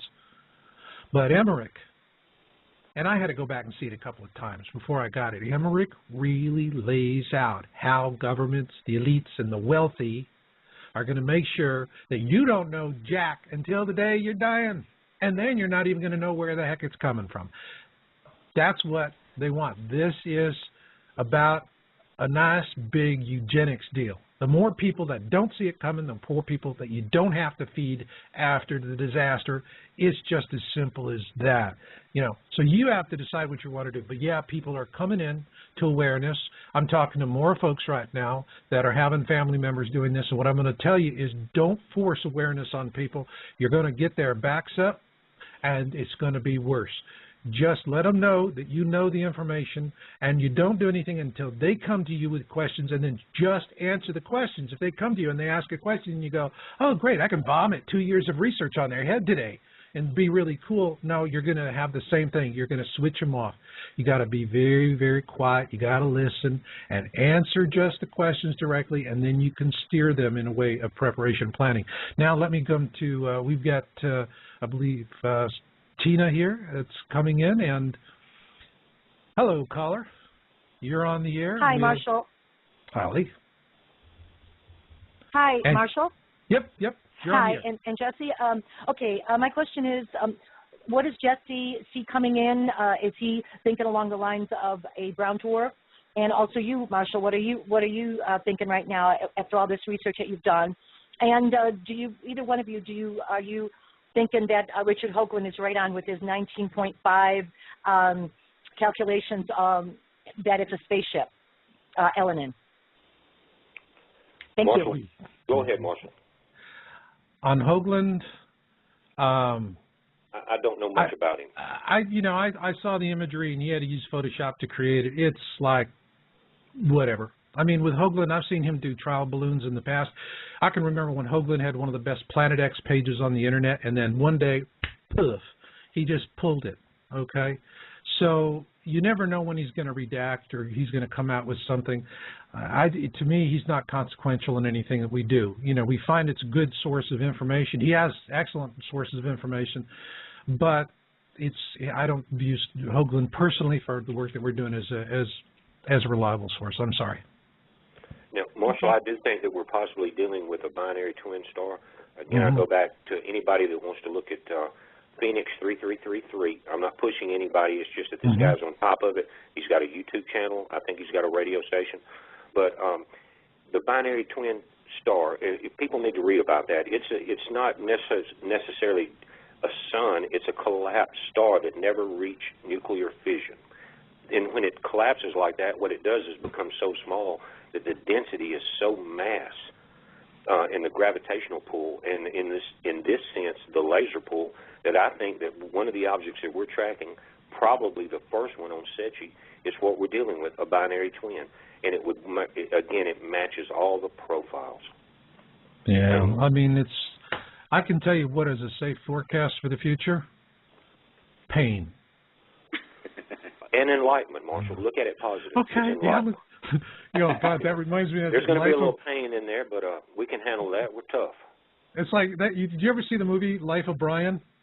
And the end of the movie, they're all hanging on the crosses, going, "Always look on the bright side of life." Do-do, do-do, do-do, do-do. Okay, there you go. You got me there.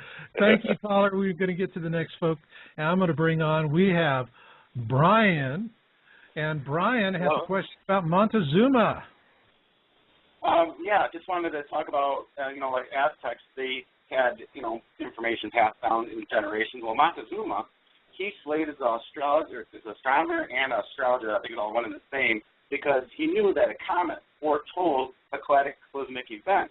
Ended up being La Perouse invading him. But, couldn't the comet foretell Planet X? Okay. Well, that's where we get so much of our information from, is the Mayan and Incas, Hopi. I mean, and they had to have extraterrestrial or somebody with a higher knowledge to teach them what they knew.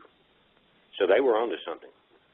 I think they were, this reoccurs, you know, but maybe doesn't this comet come ahead of the Planet X or not? Or is this just... Yes, it does. It sure does. There's a harbinger, just like Marshall says, there's a harbinger as an eye-opener to get ready. Right. We all got to get together and we can pray. That's all we can do.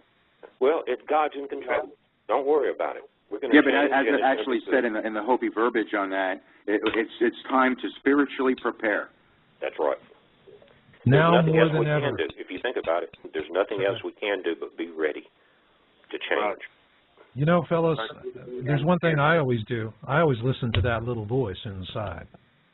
And that's the one thing I could tell everyone out there. If you want to know what your number one survival skill is going to be, it's going to be your ability to listen to that little voice inside you.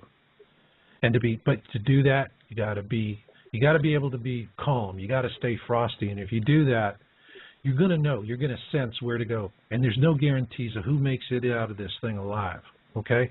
There's no guarantees. You can try and hedge your bets all you want. But, you know, you trust in a higher force. And that's what pulls you through. That's what the ancients tell us, too. And, guys, we have gone into overtime here. So, caller, thank you so much. And let's wrap up on these final thoughts. And I'll go to Larry. Well, you know, again, I thought more things might happen actually prior to this day with Elinin, and you know, we research things and try to stay as scientifically focused as possible, and yet we're aware of prophecy, but you know, we try to keep our heads down and present the information. And I know it gets so confusing at times, and it's like, you know, here I can see it continuing on, and despite some degree of jadedness that I'm sure our listeners can share by now, that just keep looking up, you know, stay focused, you know, listen to that voice inside, listen for the truth, because it's not over. It continues. I agree 100%, Larry.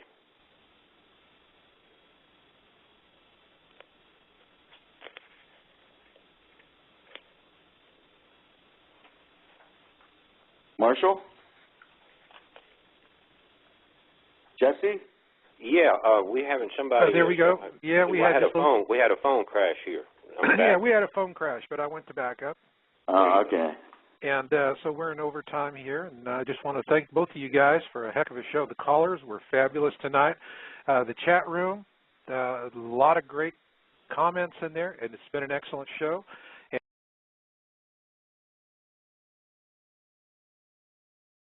Larry, and first off, Comet Elinin, upshot real quick. What do you see in Jesse, and then I'll go to you, Larry. Well, we did a video yesterday, Marshall, about the update. We had started tracking. What was strange about it is after the show last weekend on the 18th, some of our YouTubers immediately noticed the object coming in on our stereo A images from SETI with the naval satellite. Right. So we did an update. We have been updating it since the 18th. So in New Mexico, we had two astrologers on the 22nd decide to break out their telescopes, and they did 2-day imaging from the 22nd and the 23rd there. Jesse, is that astrologers or astronomers? Excuse me, Marshall. It's been a long day. It's astronomers. Excuse me. Thank you for. That's how you pronounce it. Look, keep me straightened out. Things are happening so fast. Yeah, exactly. Two astronomers. Now, and what they did was they did 2 days of snapshots so they could compare movement. And that's how you do it. You have to compile the images and look at the change in motion with a star field behind you. And what they did was detect a gas cloud, and they put it up on Space Weather. We put a video up about it, and they showed the movement of the gas cloud. It had the blue halo in it, and it was tracking with the JPL model. And so they determined that it was the remnants of Elinin. And so, but now the object we're tracking on stereo on the A satellite actually has it's not just a gas cloud, it has a interior solid mass. And what they did today was come back with those same images in the infrared spectrum, Marshall, and it was showing that the gas cloud was short on one end and fat on the other, just like the wingtip of a plane, like you would see. In other words, it was tapering back from one end. So it's detecting there is an object there. And so we're tracking, keeping that updated, and it's right there. You can go and look at it for yourself. All right. All right. And Larry Prescott of the Elinin research team. And Larry, I know you and Ed have really been busy with chit-chat and following on all this. What have you got? Well, I think this is interesting in that it reckons back to when I worked with Ed and Richard, and we were all talking and predicting about this gas and the type of gas that was going to be around Elinin. And I believe it was Richard or Ed pointed out that it was going to be hydrogen cyanide. You remember that? Mm-hmm.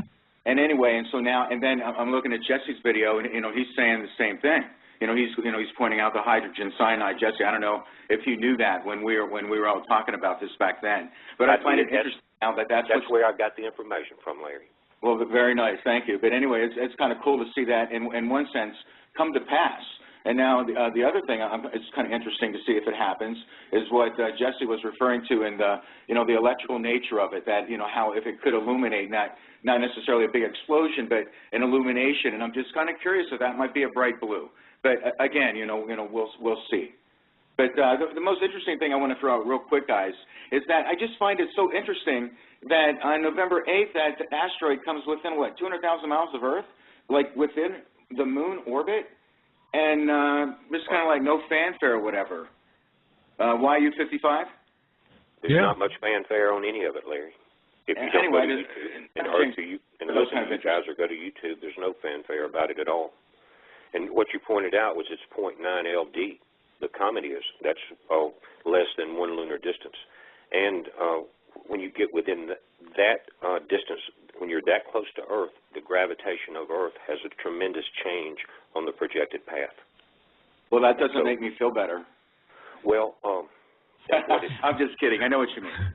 Right.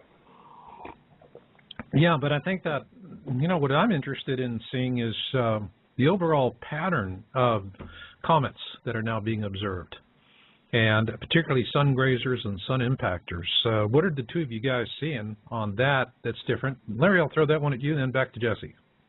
What am I saying in terms of identification of them? Frequency, severity. Well, I tell you what, it seems like there's a whole lot more of them. I think Jesse in his one video was, that may be touched upon later, that he was remarking how there's quite a number of them out there right now. And it's like, NASA can pick and choose the ones they want to report or casually mention on a flyby later. So I guess the answer to that, there seems to be a lot more. Then you can take that beyond, okay, now what's causing all this? Yeah. What's causing all that? That's the good question. That one I'll throw back at you, Jesse. Marshall, it goes back to a video, I think it was 2 or 3 weeks ago. I think we have 130 videos up. We've been up 7.5 weeks. But it's called the Grand Alignment, and you guys have talked about this too, and it goes back to the actual date of December 21st, 2012. And now we know that the Mayan ninth wave ends on the 28th from the charts that I've seen. I'm no expert in that field, but the actual alignment where between the Earth, the Sun, and the galactic center is on December 21st, 2012, the winter equinox. And if you study that video, you will see that we are not part of the Milky Way. We are in the Milky Way, but we are a sub-galaxy of the Sagittarian galaxy. We're colliding at an opposite angle with a wing of the Milky Way. And if you remember, the scientists took a infrared telescope with cameras with it was a real high, like 20 millimeter or something, and they mapped all the stars in the Milky Way trail and in our area in the infrared spectrum. Then they put the data together and made maps. I put their map on the video called the Grand Alignment, and it's like two saw blades coming into each other at different angles. When you see the video and those images, I don't see how we're even here now.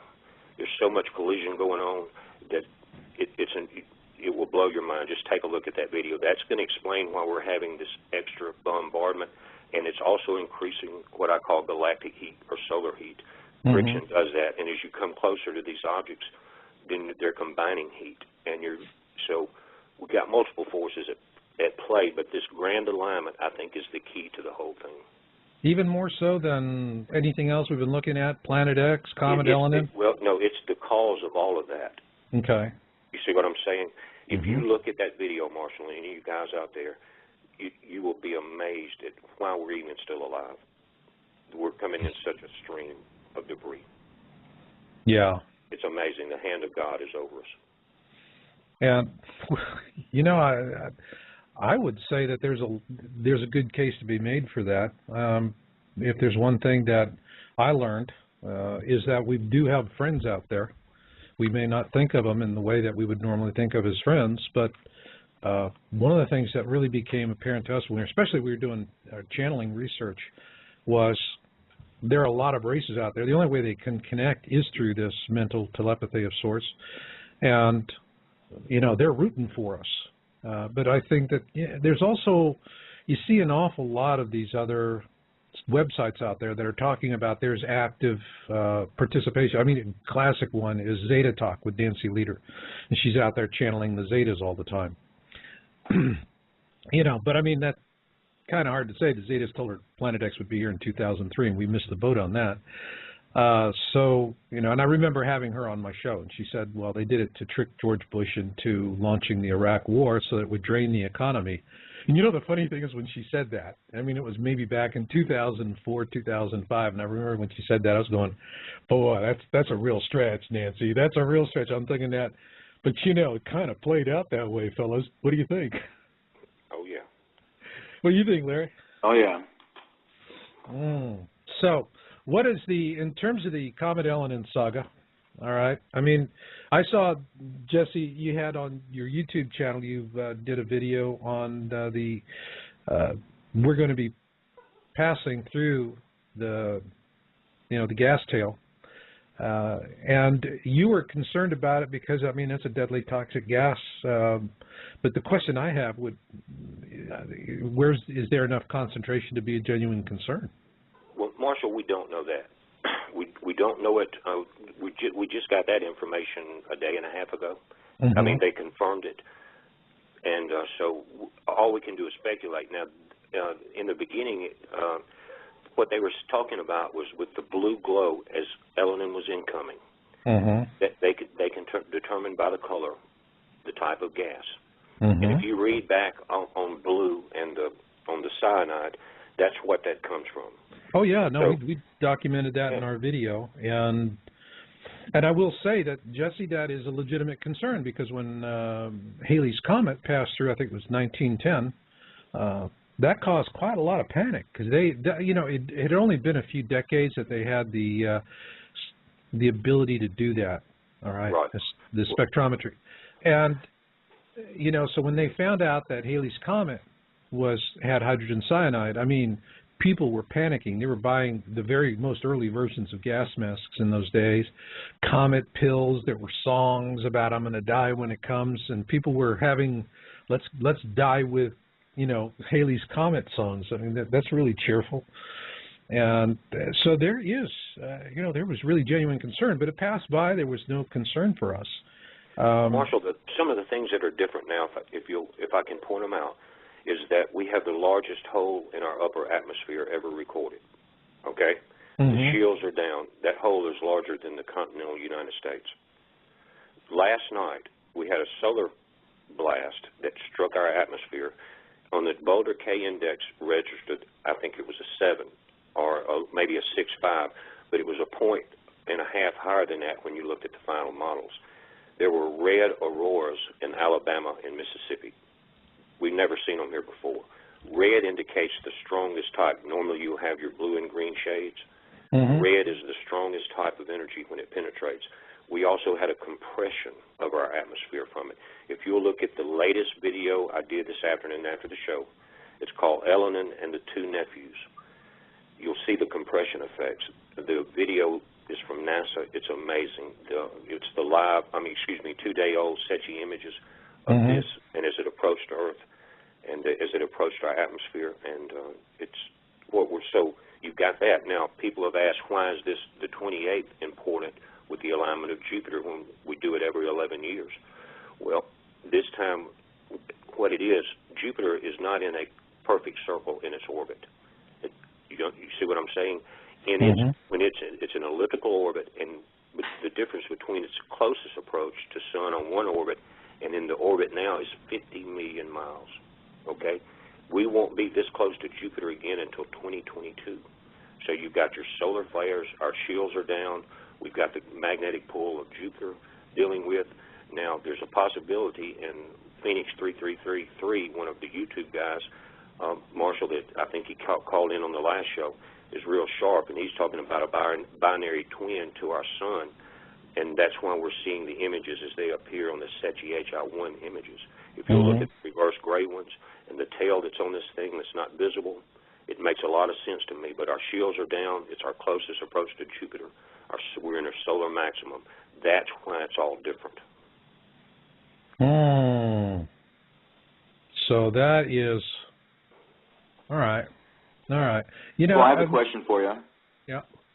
So, Jesse, do you see that as having a connection to the Mount Etna eruptions, the Turkey earthquakes? I mean, you know, for the longest time there was all this speculation that Elinin or something near it. I mean, is it a type of geomagnetic effect or something that something external though that is manifesting in what's going on the Earth? It's a combination of things, Larry, and none of them are good. You've got, we're in our solar maximum, our shields are down. Now, you've got to understand the way the Earth heats up. When we receive energy from the sun, we receive it as high frequency. The waves are real short and real powerful. If you look at them on a sine wave, like on an oscilloscope, they can penetrate the upper atmosphere. The Earth and the surface of the Earth, the oceans, they absorb this, and as it's released slowly in a low frequency or slow wave pattern. Now, as you build up, if you've got chemtrails, if you've got greenhouse effect, and you have heavy bombardment, it's called a global or solar equilibrium that we release at low frequency at the same rate that we receive at high frequency, and we're not doing that. So as we're heating up the atoms inside the Earth and dealing with Elinin, especially if this thing turns out to be a variant star with a totally different magnetic field, that could, if it is one, the density of it's going to be incredible. But we're dealing with it on that level also. So if we're dealing with Jupiter, we're dealing with solar maximum again, and this heat is exactly the magma's rise